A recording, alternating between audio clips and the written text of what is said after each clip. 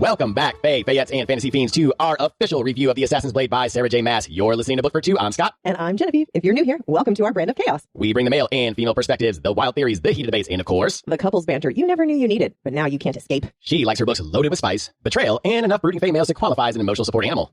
And he likes his stacked with world-ending stakes, gritty fight scenes, and character trauma he absolutely wasn't prepared for. Every week, we deep dive into the books that wreck your soul and make you cancel plans. And right now, we're ripping through the entire Throne of Glass series by Sarah J. Maas. And once a month, we shake things up with a standalone book series. Next up, Iron Flame. So if you love unhinged theories, emotional damage, and two readers yelling about their fictional obsessions, you're in the right place. And we promise, this is, I know, the third time we've said Iron Flame. It is coming out. I swear it's coming out. Be patient. Oh, and before we forget, let's talk about book club. We did make a change to the book club date. As of now, subject to change. As of now, the next meeting is Thursday, June 12th at 6 p.m. Central at Salt and Story in Niceville, Florida. Locals, come hang out. It's free, it's fun, and we promise not to aggressively analyze the smut, unless you want us to. And for everyone not in the Panhandle, you can still join us on Discord. Same time, same chaos. This month, we're diving into A Fate Inked in Blood by Danielle L. Jensen. So come prepared for Norse vibes, blood magic, and hopefully some morally questionable decisions. We promise we will actually read it this time and are coming to discuss it.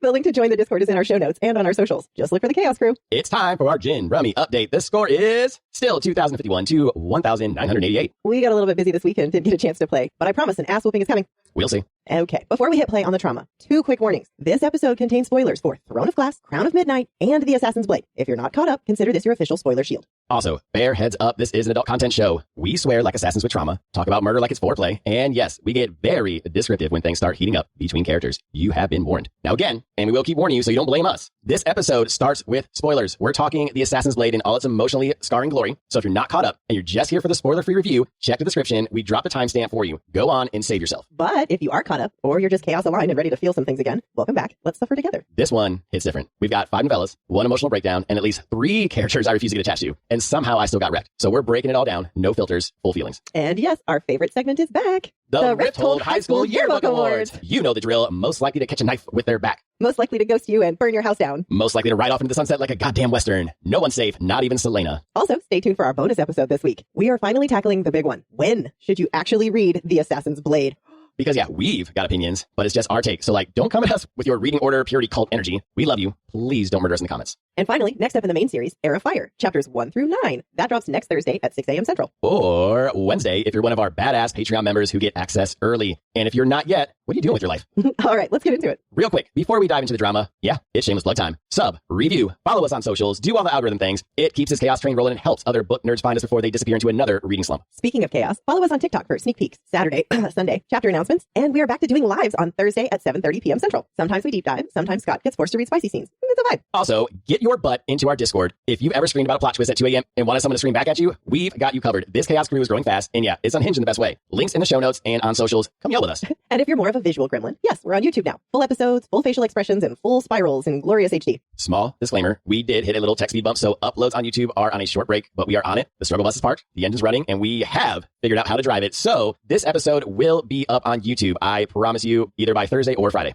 Also, if you're hunting for book recs, check out our new current favorites on Amazon. We've got a running list linked in our link tree. Yes, we're enabling your TBR pile. You're welcome. And hey, don't sleep on the Patreon. Behind the scenes footage, bloopers, live chats, and even read with us live as we burn through the Throne of Glass series. You get to vote on what we read next, vote on merch drops, and yes, you get free merch. It's chaotic, it's fun, and it's very us, and the link is in the episode description below. All right, spoiler warning's been dropped, the tea is hot, and the chaos is ready. Next is our spoiler discussion. This is your third warning to skip to the spoiler-free review if you are not caught up or want to know if you should read this first. And now, let's dive into the official Book for Two review of The Assassin's Blade by Sarah J. Maas. Let's turn the page. All right, everybody. This is another official spoiler warning. We're about to dive into all the plot twists, heartbreaks, betrayals, and assassins doing assassin things. If you haven't finished The Assassin's Blade, Throne of Glass, and Crown of Midnight, and don't want your soul shattered prematurely, skip ahead to the spoiler-free review. You've been warned. Okay, we're starting in 3, 2... Everyone dies. Scott. I'm kidding. That was a test. Did your heart stop? Good. That means you need to go. Seriously, this is your last chance. Flee now or forever hold your spoiled peace. And 3, 2, 1. And now for real, let's ruin your life. Okay, so real quick, the way we are going to do this spoiler review, we are going to break it down novella by novella because it helps our neurospicy brains keep everything in track and so we're not accidentally bouncing around everywhere. All right, I love it. Let's start with the assassin and the pirate lord. Yes, and one thing we did notice about each novella is each one had a very specific theme for Celaena's growth. Yes, and this one was moral awakening. I love that for her too. All right, so this is her first real choice to go against orders because she knows in her heart it's wrong. It's the first crack in her loyalty loyalty to the guild. And the first time we see she's not just a killer, she's got a conscience. Is it messy? Yeah, but it's a turning point for her. Yeah, her setting free the slaves, that was something that she never thought she would do. Her conscience got the better of her, and she's like, this is way wrong. We were just supposed to be normal assassins and taking out, quote unquote bad guys. This is a whole other level. Yeah, that's not even why they thought they were going there. So it was a lie to begin with. Yeah. So what were some standout things in this novella for you? Probably the most standout thing for me was that I found out about her extreme bouginess. Yes. So much. She's so bougie. I gave her a nickname. So for me now, she's Bougelena. So anytime that she has those bougie, I got a perfumery, I have a confectionery, Bougelena. I knew that was going to be your number one because I remember right away you're like, this bitch is bougie as shit. Bougie, sorry, as shit. Oh my goodness. Bougelena. And now we have a nickname. I think everyone important now has a nickname, right? Because we have the Lulu Dorian. Yep. Kale Chip. Hey, it's Rompier. Yep. Duke Warrington. Oh my gosh, we really do. Wow, we're doing pretty good. We didn't do anything for Kane. Oh, we did. Yeah, Bad Dad. We called Bad Daddy or Big Daddy Kane. Yeah, Big Daddy Kane. That's right. Yeah. Did we have one for Ansel? Did we have one for Nehemia? No. Did we have one for Archer? Douche. Yeah. Probably. Probably. What's your favorite moment, I guess, from this one? All right. So one thing that I will never forget, and I will continue to give you shit about, is the damn hole in the mud. What in the hell? Are they trying to drill holes? Like, how are they faking and drinking? Like, that's where your head went during that whole time. You're like, how are they faking, drinking? I don't get it. Look, no, I understand that there's a hole in the mug. Just how did that happen? And I guess, sure, if you've got a small knife, you could totally do that. That's not the point. Okay. So give me another one of yours. Okay. The thing that really bothered me about this one is she doesn't really still come to terms with how bad of a person Arabin is. He wanted to be part of the slave trade. He sent them there to ensure that he became part of the slave trade. Well, he thought that he had their absolute blind loyalty. So he probably didn't think by sending the two people he probably trusted the most at the time, besides Wesley, sent the two most trusted people to the slave trade. He didn't do it to punish Celaena at that time. He just trusted her. And he was like, oh, this should be an easy one for her. Easy peasy. You don't think he knew that she would have a moral conundrum about this? No. I do kind of question it. Now that we've read all the novellas and I look back at it, I really think that his narcissism believed that he had full control of Celaena and Sam. Well, I mean, he had full control of Sam because Sam wasn't going to do it until Celaena talked him into it anyway. So he thought he had full control of Celaena because Celaena was his number two. He doted on her, gave her all the gifts, was her best. So he was like, there's no way she's going to betray me and betray my business. So I think that was the main catalyst, which is one of my other points, to what happened, with Sam and Dovier. Like, this one thing set Arobin off. Yeah, no, that's true. This was the catalyst, like you said. Yeah. Had she not done this, and if this were like a real life thing, had she not done this, everything would have been fine. She would have returned home and there you go. But then her morality would have been shot. The arrogance of that man. Like, wow. Yeah. He destroyed 2 lives because they destroyed his business. 2 lives that he loved. Not only that, because like I said, there's a difference between him and the king. The king does it to people he doesn't know about. He's like a Kim Jong-un and a Stalin and all that stuff. They're faceless. To me, there's different levels of evil. Like, evil's a spectrum. I mean, really is, because we're all capable of it, right? So, yes. And yes. But there's different types of evil, just like in D&D, chaotic evil, lawful evil, neutral evil, all that stuff. Yeah. So the king is a different type of evil. He just has no morality at all. He's never loved anything, never loved anyone. He's a sociopath. That's a whole different type, where Hamill, in his weird, disgusting, narcissistic way, loves his possessions, not the people. Yes. Okay. Yeah, he didn't see them as people. Yeah, so he is treating the ones that he supposedly cares about and loves and twists and destroys their entire being. So that's what I mean. He is extremely more cold-blooded and calculated than the king, but he just doesn't, he likes to stay underground. That's why he will never try to be like the king of Outerland or any shit like that. He likes his underground kingdom, and no one's going to fuck with it. So that brings up the question I have about, or what we found out happened in Throne of Glass to Wesley and Rourke Farron. So I guess I'm jumping ahead here. Very good. If Farron becomes the crime lord, does Arobin become the king of the assassins and the crime lord? Who takes over? Maybe he got, because again, we don't know yet. I know. Did he get Wesley to take him out so that he could be... What if they made a deal to be 50-50 and he takes Farron out to get 100% control? Well, yeah, that totally tracks with everything he's ever done. Yeah, I think he has full control. That's why he's doing all this. Okay. Yeah, these people are ruthless. These are the scary ones, the ones that do it behind the scenes, not the ones that do it in front of your face like the king. Yes. These ones, Arobin scares me more than the king does. Oh. For what he could do. I mean, he's devious. I know the king is smart too, but I mean, everything he did in this entire book was next level, like 5D chess, if that's a thing. Yeah. All right, well, real quick, because we're going to be talking about Arobin a lot coming up in the last 2 novellas, but I'm about to talk about Rolf. Yeah, okay. I actually liked him. He reminded me, and we mentioned this, of that Once Upon a Time Captain Hook. Oh, yeah, okay. Extremely morally gray, fun, kind of, I guarantee he's good looking, because he's, right, he was like mid-20s, mid to late 20s is what they said he was. I think so. I'm going to look up a picture, I'm sure. Rolf the Pirate. Oh, hello. Yes. Okay. Well, the Instagram one. Man, my sexuality changed for a split second. For a hot second. Yeah, for a hot second there, Rolf. I mean, which one are you looking at? All of them. Okay. Oh, man. I'm not going to lie. So there's a fan casting of Adam. Yeah, Adam Driver. There's one of Adam Driver dressed as a pirate that I'm looking at right now. Yeah, I just don't like Adam Driver. I know, but I'm just saying, like, Adam Driver's has never looked better. Like, Adam Driver. That's fair. But yeah, no Adam Driver. Ralph is looking good. Oh, yeah. That would be a good fan cast. You beef him up a little bit. Who? Right here, the guy, the Umbrella Academy. Oh, yes. The long-haired German guy. Yes, yeah, he's very good looking, and he's got that look. If you beef him up a little bit, if you put like 20, 30 pounds of muscle on him, he could definitely do it. Because I'm looking at a decent picture of him right now. Yeah, he could totally do a Rolf. Good for you, Rolf. Okay. Did you just breathe in hard? You're like, Did I well, really? Anyway. Yeah. Okay. moving on from Rolf. Well then, all right. So then Rolf leads me to another question. Do you think Skulls Bay is going to come back into play later? It feels too loaded to be like a one and done thing because she's not allowed to ever come back because he'll kill her, right? I don't think she will go to Skulls Bay, but she will meet up with Rolf somewhere. Oh. I think we're done with Skulls Bay. We had our fun in Skulls Bay. It was kind of like a beefed up Tortuga from Pirates in the Caribbean, drunk pirates everywhere, but it had like the cool towers and the steel net thing underneath where the boats couldn't get free or whatever. Okay, yeah. So I think we had our fill of Skulls Bay. It might come back. I'm not saying it can't, but I just think we're going to see Rolf somewhere else. Okay, all right. I like that. And I wonder if, and this is a tinfoil hat, when it comes to Rolf, you're going to need a navy, right? Yeah. To fight the king. Oh. Yeah. What if Rolf becomes the leader of like the Wendelin Navy and like they join forces? I think he's going to become a good guy and join forces with Aelin. Okay, that'll be interesting. I mean, that's a 50-50 on that. Whose side is he going to be on? But you saw the talk that she had with him at the end. Yeah. Like, get out of this trade, dude. And I think he will. I mean, or else. Because I think that's the other thing that I noticed out of these novellas. Every important person Celaena has had a positive effect on. Oh. Ansel, Irene, him. Sam. Yeah. Sam. Well, I mean, the last novella doesn't count. Yeah, okay. Real quick, we cannot forget that this is where Celaena kind of finds out that Sam likes her, and she starts to shift her opinion and desire to constantly kill him away from that, or starts to shift away from her desire to constantly kill him. Like something shifted here, and this is when that happened. I think we looked up this trope where it's competitors, like they're and then they fall in love. Yeah, competitors to lovers. Yeah, something like that. Yes. But yeah, this is where they started falling for each other, and the first time they were alone together on a job together. And today we learned the difference between trauma bonding and shared trauma. They had shared trauma, but when we get to the trauma bonding part, we will explain the difference. Okay, love it. All right, well, I think that takes care of the assassin and the pirate lord. Are you ready to turn the page? I am. Let's go.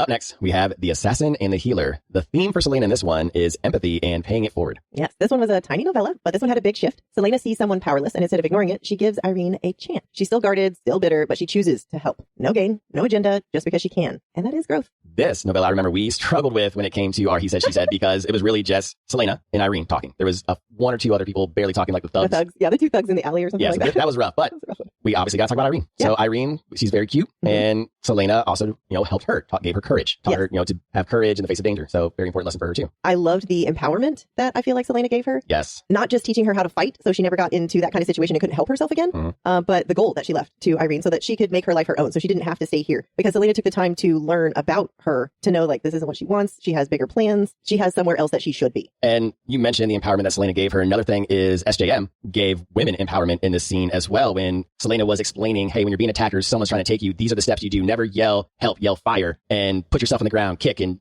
pull and do all that stuff. Do not let yourself get taken. Yep. And the way she subtly put that in there to not just teach the character, but also teach the readers was brilliant. Yeah, especially if you take away from that, like, oh, this seems like it would actually work. Oh, hello, Kika. So real quick, you mentioned that you love the fights that she was getting in. I love that she was hoping to get into fights. She's walking around with all of her Celaena shit on, trying to get in fights because I assume that she just had a lot of rage that she wanted to get out. I mean, I went to the gym. I'm not allowed to just go around getting in fights. I feel like that would hurt, and I'm not actually prepared for that. But I want to know, like, did she not get enough bruises from Arabin? Like, just poke on one of those if you need a reminder of how much that hurts. Well, think about what she's doing. She's unleashing her emotions unhealthily. Yeah. Yeah, for sure. Instead of dealing with her trauma and dealing with what Arabin did and sending her away, she decided to just backstreet brawl people. But even though we are kind of saying, that's not a way to take out your anger, it worked out in Irene's favor. Because had Celaena not been looking for a fight, Irene would not be around probably. Yeah, that's true. Oh, I forgot about that. Yeah, I mean, I suppose they probably would have robbed and then murdered her or whatever they were going to do. Yeah. And then lastly, obviously, Irene is going to come and play later.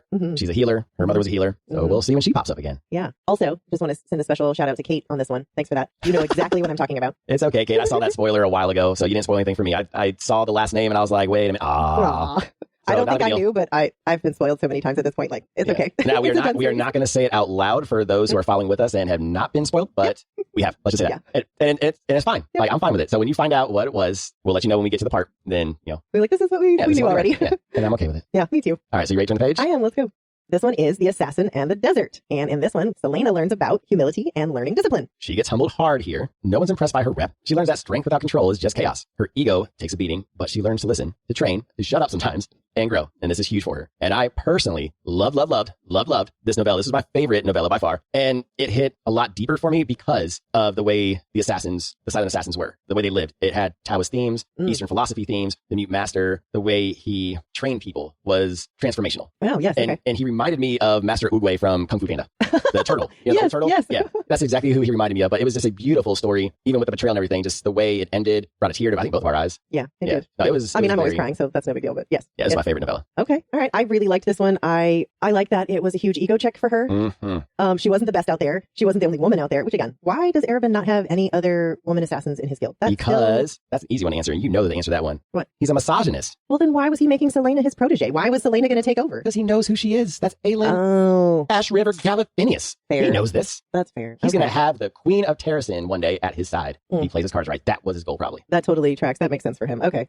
I did also appreciate her finding a friend in Ansel. So I want to talk about Ansel a little bit, in that Celaena let herself be vulnerable, completely out of her depth. She made a friend only to be betrayed-ish. Betrayed, exactly. And that's why I like you say betrayed-ish. That's the perfect word. Thank you. I still love Ansel. Ansel really did have strong feelings for Celaena. They really were best friends, but Ansel also had heartbreak too. The same heartbreak as Celaena. And I think that's why I like this one, because it shows the different routes the two are going and how they're each handling. One's going for revenge while, the other one is ignoring their past. Wow. Yes. So you got two people going about their past the wrong way and not facing it head on. Ooh. I like that you picked that up. Yeah, Ansel and Celaena are more connected in that way. That right there is shared trauma. So you think we're definitely going to see Ansel again? Oh, hell yeah. Okay. So she saved her life for a reason. I mean, it was a late fired arrow. She doesn't leave little nuggets like that. No, we saw the way she shot in Throne of Glass. That bitch don't miss. Yeah. She did not miss. She's not missing. And she proved it with that distance in Throne of Glass, that she does not miss. That and the fact that she knew that 1 minute late would make it so that she couldn't hit her. I mean, it's fantasy, but whatever. The only thing that I am mad at Ansel for is what she did to the Silent Assassins and what she did to Michael or Mikhail or whatever you want to call him. That bitch, like, getting people killed that pisses me off. So she did it because the other guy was going to give her an army and she was mad at the Silent Assassins. Okay, that's right. Yes. So she was waiting. Unfortunately, she was hoping the Silent Assassins were going to help her. And the Mute Master, the reason why he did not train her is because she was there for the wrong reasons. That's why he started training Celaena, because Celaena finally realized why she's there. And he was like, finally, you have awoken. I'm going to train you now. Ansel was never there. She was there for herself. But if Ansel had even come to him, he said, and like talked to him about it, it would have been a totally different story. And he probably would have trained her. It would not have been the same. Yes. But all she cared about was her revenge. I'm not saying she doesn't deserve the revenge at all. Yeah. Her family was murdered. But what she did to the Silent Assassins, because she did not get her way, was bullshit. Yes, I agree. 100%. Why wouldn't the Mute Master? He's passive. Yeah, I guess he wouldn't send assassins after her. It's kind of weird to say that about an assassin. He's a passive assassin. That's a weird thing to say. But again, if I mentioned this when we were talking about this novella, if you think about the Bene Gesserit in Dune, because they mentioned how they send like assassins to different kingdoms to help keep everything stable. So they basically are only used there to stabilize the region, where Arabin uses assassins to make money and he doesn't give a fuck who he kills, where the Silent Assassins are doing it to keep the region stable. Okay. So you don't think that they are doing it for contracts and money like Arabin? I mean, yeah, they have to have money because you have to support it. But my thing is, I don't think it's as nefarious as Arabin. Plan. I definitely agree with that. Because I think of the Silent Assassins as going to a monk monastery, but they just kill people for money. I mean, that's literally what they're doing. I mean, yeah, you can pray how you want. I mean, they had that silent dance, which I thought was cool. God, I totally forgot about that. But they have those parties in real life. Remember? Have you seen those parties where people wear headphones and they listen to whatever music they want? That's not the same thing. No, it's not, because you're at least listening to music. They weren't listening to anything. Because what they were doing is what you and I do when we do holotropic breathing. They were probably entranced in their own world. They were probably high on some shit. I'm not gonna lie. That's I let that out. Come on now. What were they drinking? You know they were doing some DMT ayahuasca shit. There's no way they were dancing like that sober. I guess that makes more sense. Yeah, so they probably had their own shit going on in their head. Yeah, okay. I'm mad at it. Hey, they were having a great time. That's all I care about. Yeah, exactly. That's all I care about too. And that's why this is my favorite novella. I mean, that makes sense. I see that you wrote here that you wish she would have stayed there. Yes. Obviously, we would not have a series if she stayed there. Yeah. Again, if this was real life scenario, obviously the Mute Master and Silent Assassins was much better for her and anybody. Yes. And I wish she would have stayed there because I know the Mute Master deeply, deeply cared for her. Yes. And I'm hoping we see him again. I hope so too. The only reason she went back was because of Sam. And Arabin. That letter of proof. Oh, remember? Because she wanted to be free of his whatever. And that's that manipulation that we're going to talk about later in the last two novellas, because this is where it gets huge. I'm ready to tear him apart. And we're ready to turn the page. All right, let's go. We're almost there. This is novella number 4, The Assassin and the Underworld. And in this one, the theme for Celaena is disillusionment and independence. This one is all about betrayal. She starts realizing that Arabin never had her best interest in mind. The family that she trusted, it's toxic, it's manipulative, and it pushes her to start breaking away, even if she's not fully ready yet. Yes, this is where we learn how bad Arabin is. Well, the start of how bad he is we really start to learn. We knew after he beat Celaena that he was bad. Yep. But he is absolutely gross in this one. At first, he ignores her when she shows up with the letter. Like, whatever, don't give a shit that you're here. Yeah. And then the Lysandra thing was really fucked up. That was so gross. He groomed her from a fucking child. And she still is a child. She's only 17, right? Yes. Yeah. No. Gross. So this is where we, and when I say we, I mean you guys, where you guys officially fall in love with Sam, same with Celaena. Now, I loved his character. I just didn't get attached the way everyone else does. I had no such qualms. I knew what we were getting into from the beginning, and I still let myself fall in love with sweet, sweet golden retriever Sam. And not just the Sam meat that they kept talking about. Oh, good old Sam meat. Yes. Unfortunately, it has been retired. Unfortunately, for me, in this particular chapter, the hopeful lines that she kept throwing in there, the hopeful lines that SJM kept throwing in there, killed me, because we already knew. We have all the time in the world. Like, don't worry about that. We'll do that later. Yeah. Stop it. Wait a minute. Speaking of lines and things that we've already known, let's talk about one of my favorite parts of this book that I didn't write down in our notes. What? Hey, everybody, remember when Jen cried because Celaena thought she was going to die and told Sam to take her body back to Terrasin, knowing full well Celaena survives because we have been through 2 books with the woman after these events, but yet she still cried, ladies and gentlemen. Listen, You and I both know that I read based on vibes. I fully immerse myself in the world. I am there. I get it. But you know she survives. I can't explain it. I bet Bree cried too. Bree, I'm gonna need you to confirm this for me. I bet Bree cried too. Bree's a crier too, just like you are, first of all. How dare you? Second of all, I want an actual poll. Not just from two women. I want an actual poll of who cried during that exact part. Everyone's probably like, I don't even remember that part. Yes, they did. Are you serious? You know what? Why don't we ask TikTok? That is the part where she almost drowned in shit. So Yeah. I guess it's kind of memorable. So we did mention that we were going to talk the difference between trauma bonding and shared trauma because, and we have conferred this with our lovely ChatGPT, that in the romantasy world and in a lot of, let's just say the book world, we are getting the terms incorrect. So when two individuals like Sam and Celaena share trauma together, that is not trauma bonding. Technically they are bonding under trauma. It's called shared trauma. Trauma bonding is a little bit different. And what would that look like? So trauma bonding is a psychological response where a victim forms an unhealthy attachment to an abuser, often because the abuse is mixed with moments of affection, manipulation, and dependency. It's common in toxic relationships where control is disguised as care, manipulation looks like loyalty, and gaslighting makes you question your own reality. So that's trauma bonding. Now I'm going to read you shared trauma. Okay. Shared trauma is when two people survive something intense like a war, a betrayal, a near-death experience. They connect through mutual understanding, vulnerability, or survival. The emotional intimacy that follows is often real, but sometimes fragile. So I'm going to ask you a question. Okay. Which out of the two would you consider Celaena and Sam's relationship? That would be the shared trauma based on Skulls Bay, both getting beaten to death, all of that. And all the trauma that Arobyn's ever put them through. Yes, and her almost dying. Yes. In the series. Now, what would you consider Arobyn and Celaena's relationship? That sounds like what you just described as trauma bonding. Yes. Then Arobyn does all of those things to her and Sam. Yes, because the entire time we were reading these novels, like, what? I'm missing that right word that he's doing with the dependency, the beatings, and they still come back no matter what. And I was like, what is that? And then we were surprised, like, that's trauma bonding? And we always thought trauma bonding, like you said, was like two people falling in love because they shared the same type of trauma, like a war or a lost loved one or something like that. But I mean, even in our description of it, we say shared trauma. So I guess that makes sense. All right, so what was another standout moment for you in this one? I know you had something to do with the spider stuff that she bought. Oh, yes. She had the tailor sew it into his super suit and not hers. I mean, unfortunately, it didn't do him any good, which is traumatizing. Yes. And then the last thing I kind of want to touch on, because we didn't touch on the big thing, which was the whole reason for the novella, Donoval, and the slave trade, and Leifer. And so she was supposed to follow Donoval and then kill him and his partner because Arobyn lied and said that he was dealing in slaves and they want him gone. And then his ex-wife, Donoval's ex-wife, Leifer, was the one that hired them. When we find out at the very end, she got duped by Arobyn again, manipulated into doing his bidding and Xing out Donoval because he's the one that was trying to stop the slave trade. And Leifer was the one doing the slave trade, and you called it at the beginning. I did. And I also have a follow-up question. She was willing to torch the papers from the other dude. Why not torch the papers from Donoval and be like, yo, bro, they gone. They are burnt up. Like, you can't find the body and you also can't find the papers. Sorry about that. Why didn't she do that? I have no idea. Isn't that when Donoval and his partner walked in and she had to hide? Yes. So she didn't get a good look at the papers, but she didn't turn the papers from Donoval into Arobyn until she had already taken care of the other dude and burnt those papers. Did she grab those papers when she left that room? Yeah, she did. Yeah. She gave them to Arobyn and Arobyn gave them to Leifer. That's right. I don't understand that. Like, either. I would have burnt him and been like, well, they go. Yeah. Like, did she think she was going to get paid for one of the three? I know what it was. What? So she only gave the ones of Outerland. There was ones of Elway and Terrace. Those are the ones he burned because I think Arobyn knew about the ones in Outerland. I don't know. But I think she also gave it as proof of, here, I killed Donoval. Like, the job's over. Here's what you wanted. So she burned the ones that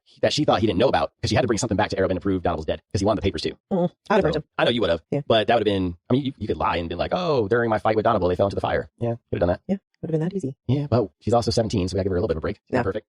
She's 17. Listen, even Arobyn says, girl, you should have fucking known better. Are you serious? I trained you better than this. That's different, and that's coming up next. We can talk about that next if you want. We can talk about that, because that's about grief. We're gonna get there. No, that was about this. What? The assassin in the underworld. Because he gave her grief for not seeing what I saw immediately. Oh, like, yeah. You are I so thought, dumb. I thought you were talking about... No, this one. Okay. I'm talking about the underworld. And he says it like, girl, I trained you better than this. What are you doing? She was in love with Sam and trying to leave. That's all she cared about. She was one-track minded. This was her last job, and all she cared about was Sam and getting the hell away from Arobyn. This isn't her last job. We're talking about the underworld. This was her last job with Arobyn, and she bought her way out. Oh, I see what you're saying. Yes. That's what I mean. Like, her hyper-focus, and that's why I swear to God, I'm not the ChatGPT this shit. I swear Celaena's neurospicy. She is. She has to be. Maybe. The way she acts, and the way she's hyper-focused, the way she cannot say I love you, and she gets weird around emotions and all this other stuff. Come on. I was literally about to say, hey, I do that, and I was like, oh. She is one of us. Oh, that is hilarious. What? ChatGPT is like, oh, hell yeah, that's a hard yes. Celaena Sardothian is absolutely neurospicy. Hyper-focus and obsession, black and white justice compass, emotionally intense but guarded, masking and identity struggles, trust issues and loyalty hyperdrive, sensory thing. Yeah. Yep, totally. She is one of us. One of us. One of us. One of us. One of us. One of us. Celaena, you're one of us.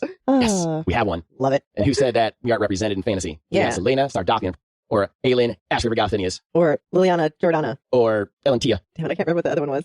Come on. Well, who was she in the underworld? Lena. Damn it, you took the easy one. I'm not gonna remember who she was in the underworld. I know, I can't remember her name in the underworld. I'm not gonna cheat. All right, so one of our lovely listeners could remind us of any names that we missed that Celaena's been called, because she has like 3 of them. I feel like there's more that we definitely missed. I mean, I called her Bougelena, but that's one I gave to her. Hey, that's fine. No, that's different, because that's the one that SJM gave to her. Okay, so are we finally ready to turn the page and hit the last one? I am. Let's go.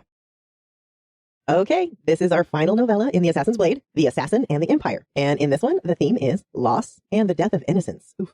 This is collapse, the emotional rock bottom. She loses everything she let herself care about, and it hardens her. It sets the tone for who she is at the start of Throne of Glass. Guarded, vengeful, and completely done with trusting anyone. I'm going to pretend that I'm not sucking these tears back up into my eyes. Are you crying already? Why? Jesus. Why did you read it like that? I don't know. I thought I was supposed to. It was absolutely perfect. And I'm like, yes, lose Okay, again. so we will agree that this was a fantastic, heartbreaking, beautiful ending. Not every book should end with a happy ending, and this book, if it had a happy ending, would have been ruined. And unfortunately, Sam did have to die so Aelin could fly. Yes. The amount of times I cried and screamed in this novella, why are you splitting up? Why aren't you taking her as backup? This may have gone entirely differently, and that frustrates me. If Sam's ego hadn't come into play, like, don't get me wrong, though. I understand. He's been third wheeling it this whole time. For what, 10 years? He needed this. He's got his freedom now, and I don't know if he feels like he has to prove himself to Celaena. I don't know. He was being a man. Dude. He was being a man, and he was doing it at the very beginning of the novella when he was in the Fight Club. Oh, yeah. He was like, okay, we need to make money, so I'm going to go and do this despite the dangers and all this stuff because I need to provide for my family. He was thinking, I need to provide for us. Is that misogyny? Yeah. That's not misogyny. No, that is literally built in us. It's weird. Like, to want to take care of our family. It's a different way than a woman thinks about taking care of their family. Like, you think about taking care of, like, women emotionally. Exactly. And we think about taking care of family, like, I hate to say the word materialistically, but it is like, I need to provide food and shelter and protection for my family. Physically. Yes. But those are natural, since the dawn of time, like, since whatever mammals, like, it's innate in us. There's nothing to do about it. You think the people like us, I feel, who share those responsibilities are an evolution? No. I'm not saying women can't feel that way and men can't bring more emotional side to a household. What I'm saying is, when it comes to nature versus nurture, this is 1000% nature. You think it's innate? It is innate, but it is more innate in some than others. Okay. Again, there's a level. Like, because again, everyone's personality is different. So everyone is different. Okay. All right. And for an ADHD person versus a normie makes it a normie man versus an ADHD man. A normie man, it's easier for him to be more masculine because that's the normal way default. Exactly. That's the default nature for any male species, not just male mammal species to be like, anyway. What about lions and lionesses? Lion, there are exceptions. No. It's not an exception because a lion, he controls with his calmness because those lionesses know real quick that lion will fuck them up. The male lion is not to be fucked with. I don't care if it's 4 lionesses. Look it up. A male. Really? Yes. I thought the females were more vicious. They go hunting because the lion's like, I am here for protection. You go hunt and I will protect the pride. All right. Yeah, that is ChatGPT. Because whenever another male lion comes in, he will come in and murder all the cubs after he kills the male lion, and he'll murder all the cubs, and then he'll just take over all the women from that pride. So, okay, you are correct. It is male lion because they are larger and stronger. They're built for short bursts of brutal combat. She's going to land fast strategic blows. However, in a hunt or team scenario, he's done for. So if they teamed up, he's done. So if he came in and did his bullshit and they were like, hell no. It almost sounds like an oligarchy. Like one billionaire, and if for some reason controlling us, and if all of us teamed up for some reason said we've had enough, it's almost like we could change shit. Weird. What a novel idea. What a novel idea. Now I can understand why lionesses don't think that way because that's just not, they don't have brains like ours. Yes. We can think outside the fucking box. Yes, not we that should. hard people. Yeah. All right. Yeah. So we went a little off topic. Let's move back on. I mean, we were talking about me crying. What about you? So I cried for a different reason. Oh, what? Like I said, I did not get attached to Sam because I already knew he was going to die. Yeah. I did not get attached to the characters if I know they're going to die. There's no point. Now, it's still sad, but I didn't cry. I was like, oh, it's a shit way for him to die. And I'm sad that, Celaena's first love and blah, blah, blah, blah, blah. Again, I am more empathetic. So when I don't know what it's like to lose a love like that, but I know what it's like to feel grief losing someone tragically because of my brother. Yeah. And so I was able to put myself into that when she was breaking down at the beginning of chapter 9. So I was able to empathize with that because I've been there. So I know what she's feeling. So that's totally different. So like when she saw Sam messed up like that, like who's going to actually see a body like that is tortured and disfigured and stuff like that. So I can't empathize with that because I've never seen anything like that and never had anyone murdered, but I can empathize with losing someone tragically. Sympathize as I feel for you. Empathize as I feel with you. So sympathize as I acknowledge someone's pain or situation. Yes. You care, but you haven't felt it. And that's how I felt about Sam's death. So you sympathize. I sympathized with his death, but I empathized with her grief. Oh, I like that. Yes. Okay. I like that. Because I felt that.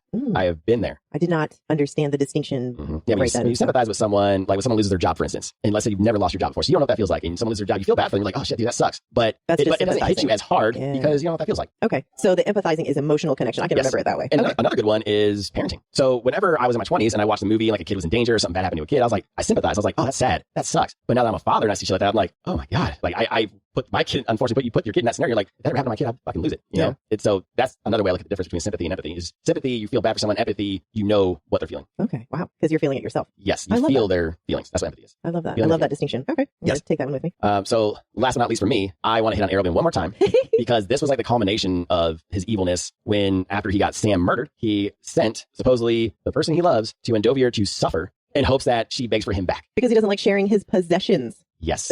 Yes. Gross. Oh, he's so gross. But unfortunately, he is so well written. He is. And unfortunately, bad guys like him, they take like a 4-star book to a 5-star. Not saying that this would have been a 4-star without Arabin. It was still a good book, but they just take it a whole nother level. It's the same thing with like Infinity War in the Marvel Universe, Thanos. Yep. He just took it to a whole nother level. Darth Vader in the original Star Wars. If you have a great villain, you have a great story. I love that. I love that if you have a great villain. I do also want to talk about another great villain in the story, the King of Otterland. I did not remember or know that he had ordered all of the sacred white stags of Terrasen to be butchered. I did not know that. I did not know that either. So I wanted to point that out. Like, okay, why? Because they're sacred. What does that mean? So I feel like that's important for sure. Duh. I don't know if it might be like a magical sense or it might be a symbolism, because when you try to control and wipe out a civilization or a culture, that would be something you do. Like he knows how important the white stag is to the Terrasen culture. So in order to get them to forget about that culture, you murder all the white stags. You take away all that symbolism that made them them. That totally makes sense. Okay. Yep. All right. So I feel that's what he was doing. It could be a little bit deeper than that, just because the white stags are considered special. They might be magical. I don't know. Yeah, I'm interested to find out if they're magical. I mean, the one on your desk looks super magical. And the one in the tapestry was definitely magical.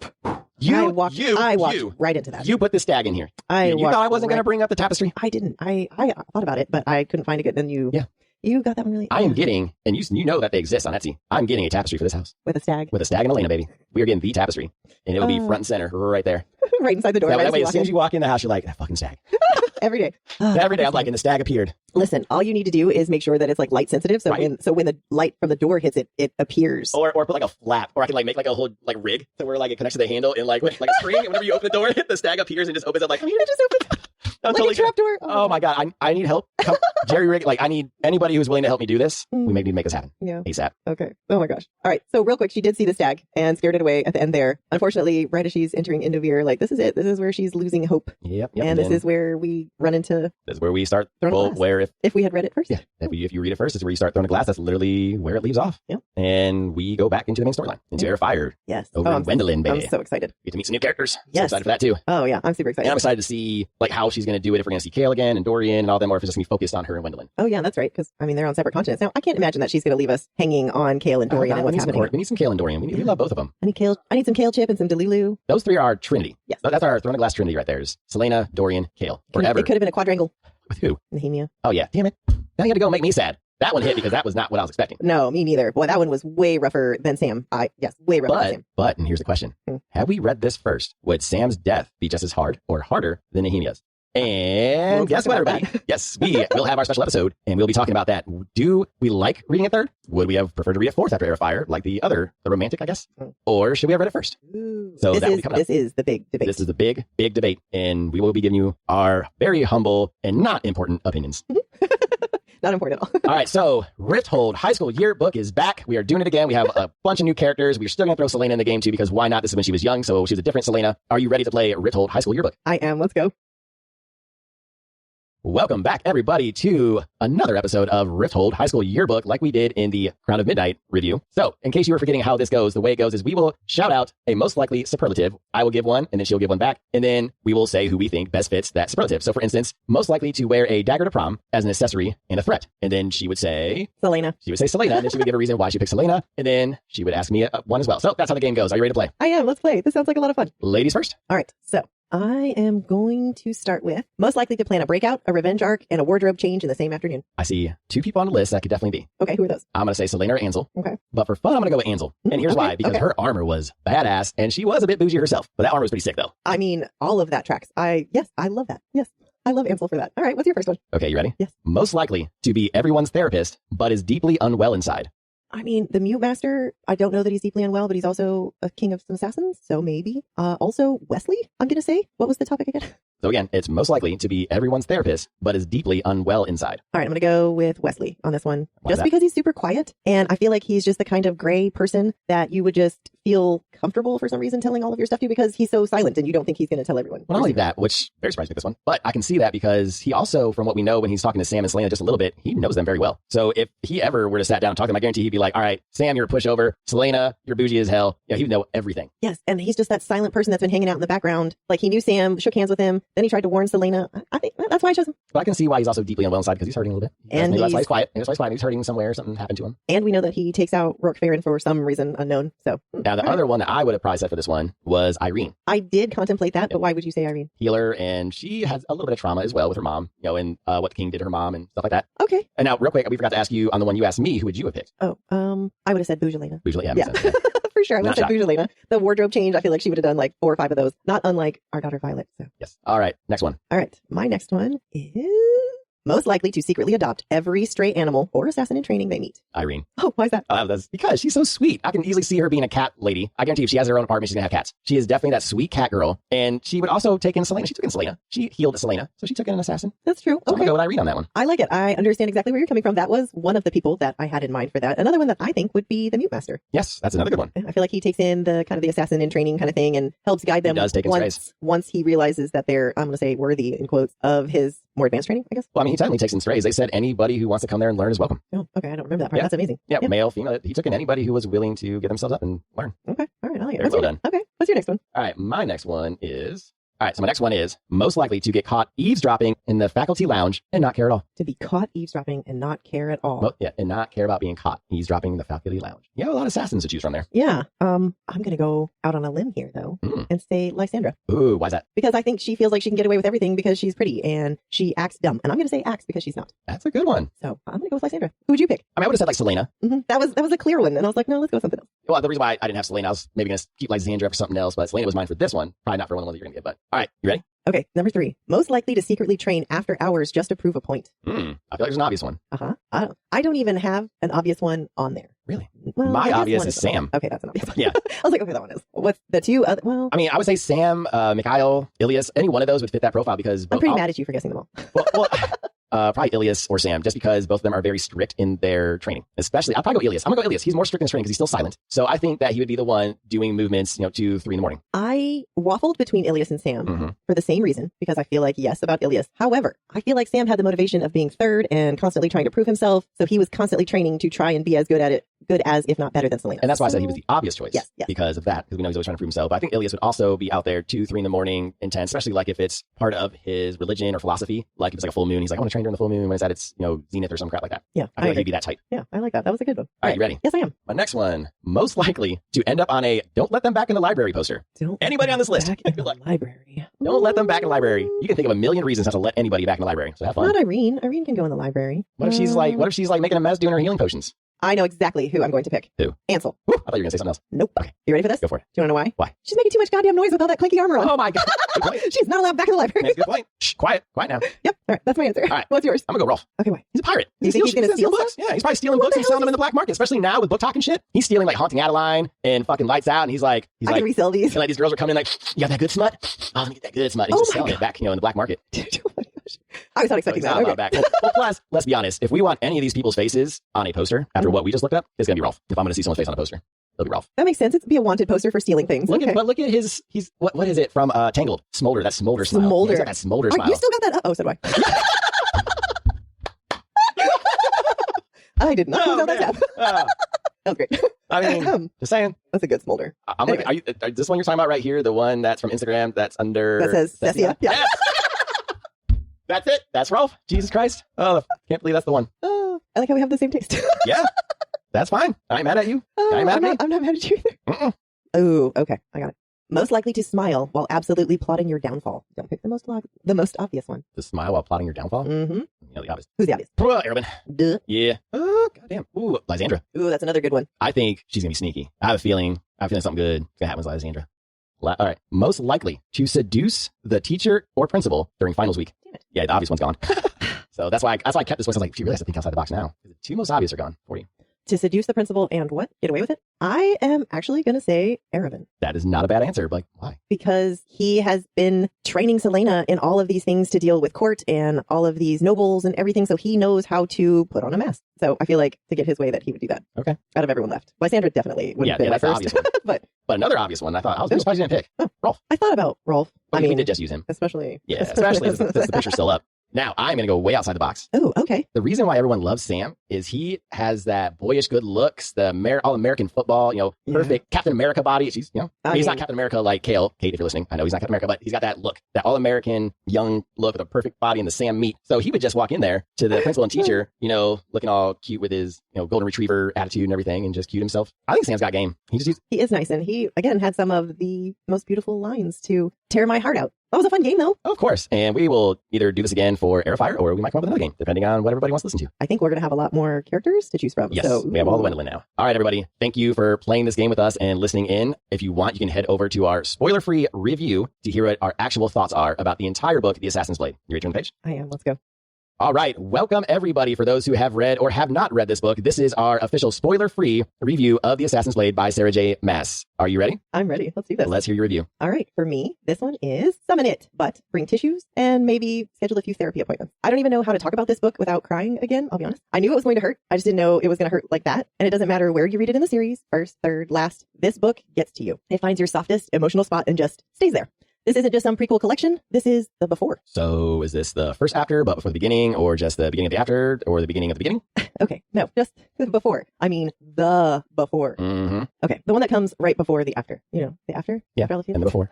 All right, if you've read it, you're already spiraling. If you haven't, good luck, truly. Each novella pulls back the curtain on Celaena's past, her confidence, her cruelty, her longing, her blind spots, her bouginess. It's messy, it's raw, and it hits harder than a dagger to the ribs because of how human it is. You think you're reading about missions and secrets, but what you're really getting is the anatomy of heartbreak. And listen, I cried. We've talked about that. I cried while writing our podcast notes. I cried mid-scroll on TikTok because someone used a sad song with some imagery. This book had me out here emotionally spiraling over a white stag, a desert sunrise, and a boy I knew better than to fall in love with. Yes, there's action. There's a mysterious assassin convent. There's betrayal and heartbreak and impossible choices and a kind of loss that doesn't even register until it's too late. But more than anything, it's a slow, brutal becoming.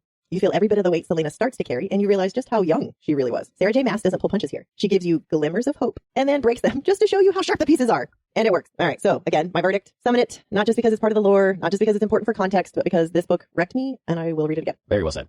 What about you? What is your review? Okay. So The Assassin's Blade hits different depending on where you read it. Now, we read it third in release order like SAM recommends. And honestly, I think that might have been the right call.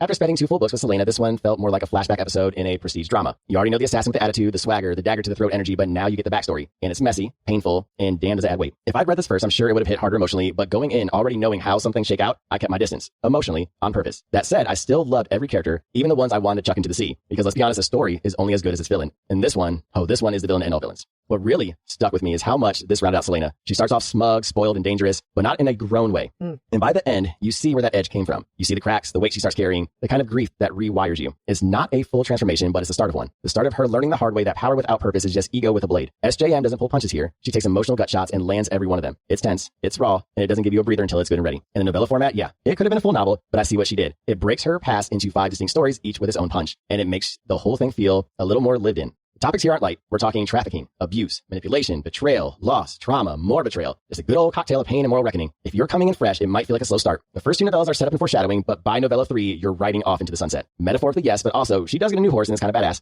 Every novella leaves a mark, and everyone forces Celaena to confront something real, and sometimes real is deadly. Overall, I give The Assassin's Blade 4.75 stars, near perfect storytelling sorcery, emotionally wrecked and fully obsessed. If you're on the fence about starting this one, just start it. That was an excellent review. I love it. Thank you for listening to our review of The Assassin's Blade. And don't forget, next week is the start of Air of Fire, and we will see you there. Thanks for joining us for this episode of Booked for Two. Don't forget to subscribe and leave a review to help other book lovers find the show. Find us on socials at Booked for Two Podcast for behind-the-scenes content, updates, and sneak peeks. We'll also post next week's chapters every Sunday, so you can read along. Join us for our live Q&A. We are back to Thursday at 7:30 p.m. Central on TikTok. We'll answer your burning questions, react to your theories, and occasionally overshare our book-related emotional damage. Want even more chaos? Join our Discord. The link is in our bio. Come hang out, chat books, and get early access to exclusive content. Finally, don't forget to grab your stickers and bookmarks at bookfor2.com. Until next time, keep turning the page.